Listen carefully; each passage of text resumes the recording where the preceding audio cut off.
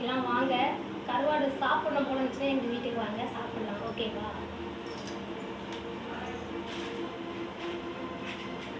Friends, மளிகை சாமான் order பண்ணியிருக்கேன். வரதுக்கு ஈவினிங் ஆகிடும். அதனால நான் வந்து சாம்பிளுக்கு சின்ன சின்ன பேக்கெட் தான் வாங்கியிருக்கேன். ஏன்னா பெருசாக வாங்கினா சரி வேஸ்ட்டாக பண்ணி நாங்கள் வேறு தான் வாங்குவோம்.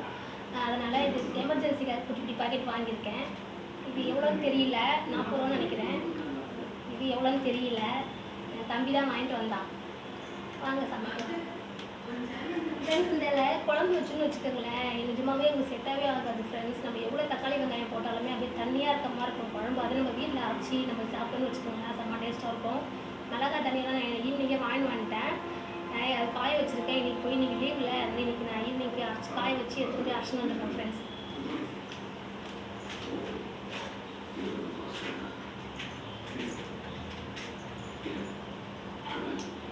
ஃபஸ்ட்டு கட் பண்ணிக்கலாம்.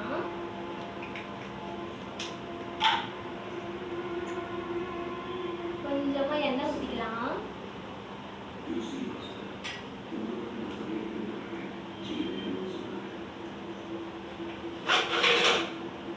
இந்த எண்ணெய் கீழே கொட்டாமல் இருக்கிறதுக்கு ஒரு குட்டி கப்பில் வச்சுக்கலாம்.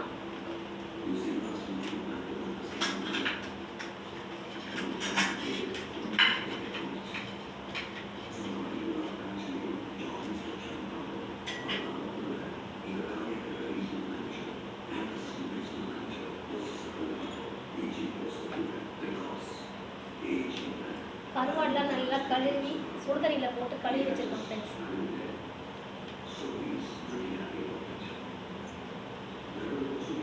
கருவாடை எடுத்து தோசைக்கல்லில் போட்டுக்கலாம். அப்படியே கொஞ்சம் தூரமாக நின்றுக்கலாம், எண்ணெய் போட்டுக்கணும்.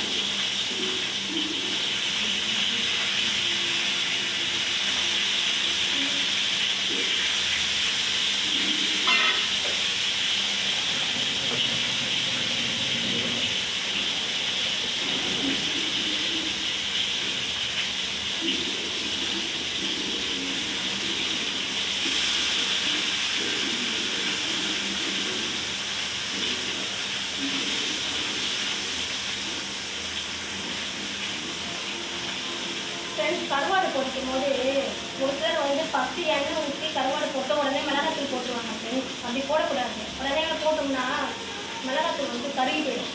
நல்லா கருவாடு வெந்ததுக்கப்புறம் அது இறக்குற ஸ்டேஜில் தான் மிளகாத்தூளை தூவி அப்படியே மிக்ஸ் பண்ணி விட்டுட்டா சூப்பராக இருக்கும். வாங்க சாப்பிட்லாம்.